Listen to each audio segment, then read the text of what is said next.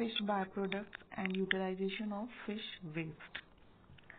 So firstly, what is fish byproduct? So the term byproduct refers to the left outs that are not generally regarded as conventional marketable products but can be converted to industrial or edible products. A byproduct is a secondary product derived from a manufacturing process or chemical reaction. That means fish byproduct is produced by the raw fish waste material by manufacturing process or chemical reaction. What is fish waste? So fish loss and fish waste occurs at all levels of activities in the fisheries and aquaculture value chain. For many different reasons, it is important to understand what fish loss and to identify path to reduce fish loss. That means fish जो waste है और fish loss है वो fisheries की हर aquaculture जो fisheries और aquaculture की हर एक वैल्यू चेन में हो रहा है. लाइक अगर हम मार्केट में फिश सेल आउट होती है तो वहां पर भी फिश लॉस हो रहा है. अगर फीड इंडस्ट्री में देखें तो वहां भी कहीं ना कहीं फिश लॉस हो रहा है. अगर हम कैच करते हैं, कैचिंग मतलब फिश कैच करने के लिए जब हम मार्केट में लेकर आते हैं तो वहां कैच में भी फिश लॉस होता है. तो यहाँ पर इसी फिश लॉस को जो FAO है वो कह रहा है fish waste. Next is what causes loss and waste in the fish value chain. So capture, जब हम कैप्चर करते हैं तो वहां भी हमें फिश लॉस मिल रहा है, फिश वेस्ट हो रही है. एक्वाकल्चर सिस्टम में भी फिश वेस्ट हो रही है. लाइक अगर कोई भी कल्चर सिस्टम है, चाहे वो बायोफ्लॉक हो, RAS हो, नॉर्मल पॉन्ड कल्चर भी हो, अगर वहां पर प्रॉपर मैनेजमेंट नहीं होता है तो फिश मॉर्टेलिटी होती है. That is also a fish waste. Processing and storage, जैसे जो बड़ी बड़ी प्रोसेसिंग और स्टोरेज कंपनीज होती हैं वहां पर भी कई बार ऐसा होता है कि जो फिश है वो खराब हो जाती है, तो वहां भी एक तरीके से फिश वेस्ट हो रहा है. होल सेल में जितनी फिशेस सेल आउट हो गई बट जो बच जाती हैं वो फिर किसी काम की नहीं रहती. तो that is also a cause of loss और waste in fish value chain. Transport पर भी होता है, रिटेल में भी और कंजप्शन में भी. कि कई बार ऐसा होता है कि जैसे अगर फिश के 8-10 पीस बने हैं बट जरूरी नहीं है कि हर जो घर का हर मेंबर फिश पूरी कंज्यूम करे, तो वहां पर भी क्या हो रहा है, फिश वेस्ट हो रहा है. Wealth from fish waste. अब जो फिश वेस्ट हो रही है हम उससे भी क्या कर सकते हैं, बहुत सारे प्रोडक्ट जो है वो फॉर्म कर सकते हैं. जैसे फिश स्किन से फिश ग्लू बनता है, फिश स्किन लेदर प्रोडक्ट्स बनते हैं, जिलेटिन बनता है. फिश स्केल से बहुत सारे एडिबल प्रोडक्ट भी बनते हैं, कॉस्मेटिक बनता है, पर्ल एसेंस बनते हैं. उसी तरीके से फिश जो बोन्स होती है उससे फर्टिलाइजर बन सकता है. लिवर जो है वो तो बहुत ही इम्पोर्टेंट है क्योंकि उससे फिश लिवर ऑयल कैप्सूल्स बनते हैं.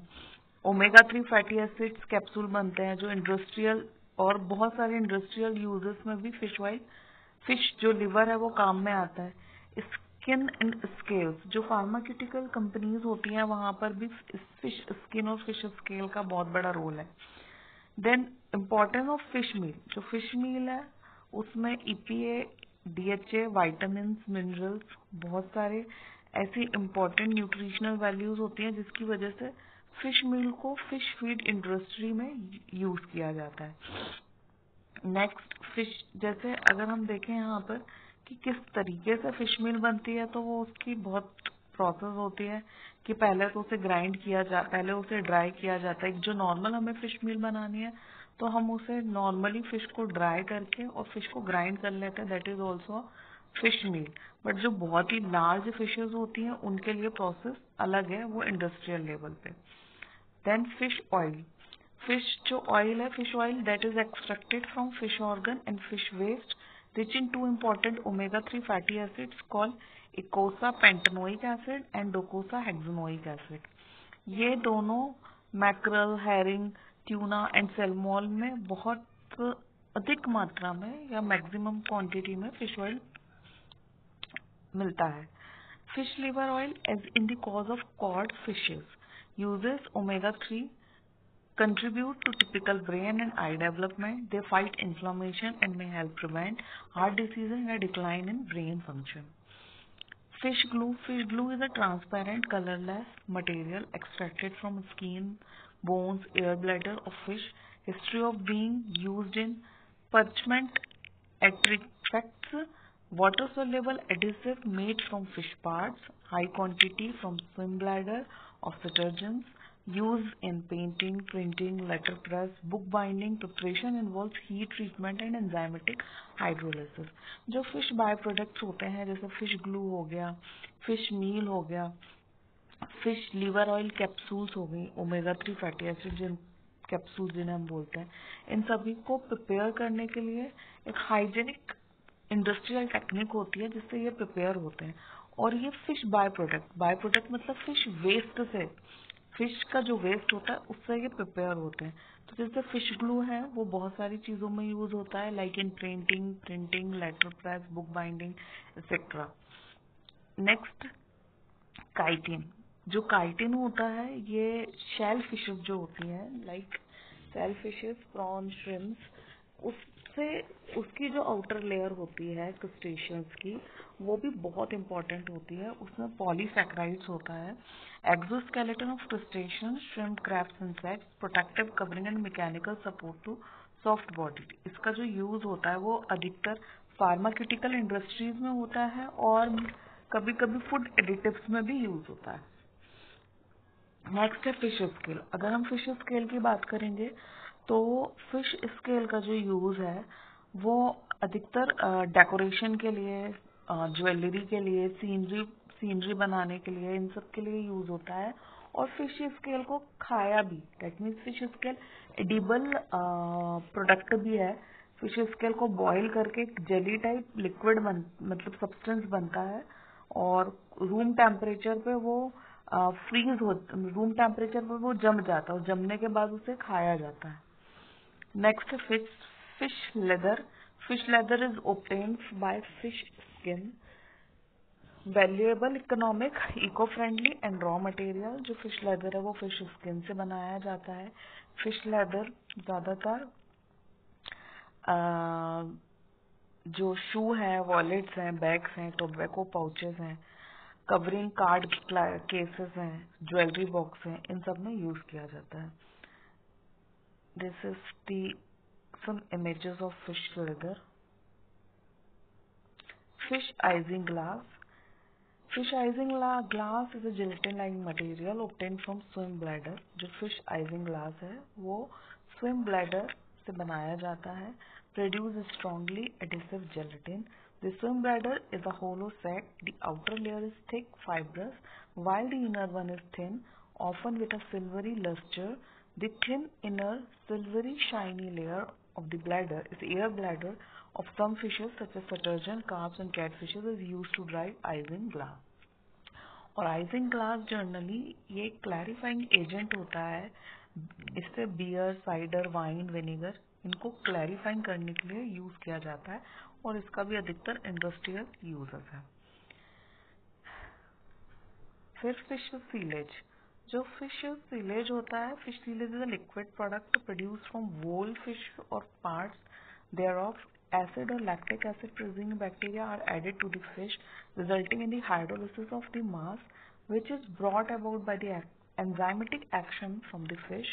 The fish sealage process converts fish waste into a liquid mix of hydrolyzed protein, lipid, mineral, and other nutrients, which is easily digested and absorbed by terrestrial and aquatic animals. Fish sealage could be valuable feed input for aquaculture and indeed the production of chicken, pork, or livestock. It used as a feed ingredient or as a protein source has resulted in improved feed intake, better growth, and the improvement of some performance indicator in livestock. So fish सीलेज जो है उसको बनाने की process थोड़ा ये भी industrial level पे बनाया जाता है और ये generally use as a fertilizer की तरह भी यूज किया जाता है इसे। So fish loss is a decrease in quantity or quality of food. In term of fish food, in is the fisheries or and aquaculture product intended for human consumption that are ultimately not eaten by people or that have incurred a reduction of quality. A reduction in quality usually leads to the reduction in nutritional value, economic value, or food safety issues. An important part of food loss is food waste, which refers to discharge or alternative non-food use of food that was fit for human consumption by choice or after the food has been left to spoil or expire as a result of negligence. So this waste can happen at all parts of the value chain, like discard, onboarding, handling in large scale fisheries, freezer vessels, onboard handling in small scales, handling after harvest during aquaculture, misuse of veterinary drugs, like can cause high level of contaminants in harvested fish, leading to food safety concern and rejection of harvested products. Problems resulted to handling fish, water quality, and algal blooms can all lead to stress, disease, and ultimately cause fish mortality before harvesting. So, how this waste can be useful in the future and helps in sustainability? Fish waste को हम कैसे use कर सकते हैं और कैसे ये sustainability के लिए कैसे ये सस्टेनेबिलिटी में हेल्प करता है. लाइक हम पॉलिसी बना सकते हैं जो फिश वेस्ट हो रहा है कितने अमाउंट में हो रहा है उसका हम क्या यूटिलाइजेशन कर सकते हैं. इसके लिए हम एक पॉलिसी बना सकते हैं. पॉलिसी बनाने के बाद एक अप्रोप्रिएट टेक्नोलॉजी की ज़रूरत है. अप्रोप्रिएट टेक्नोलॉजी के लिए हमें स्किल और नॉलेज की ज़रूरत है. Then service and infrastructure, social and gender quality, regulatory एक इन्वायरमेंट चाहिए और उस प्रोडक्ट की हमें मार्केट वैल्यू चाहिए. देन ये जो बाय प्रोडक्ट्स हैं ये इन एसडीजीज को एड्रेस कर रहे हैं. No poverty, zero hunger, gender equality, responsible consumption and production, life below water, partnership for the goals. Thank you.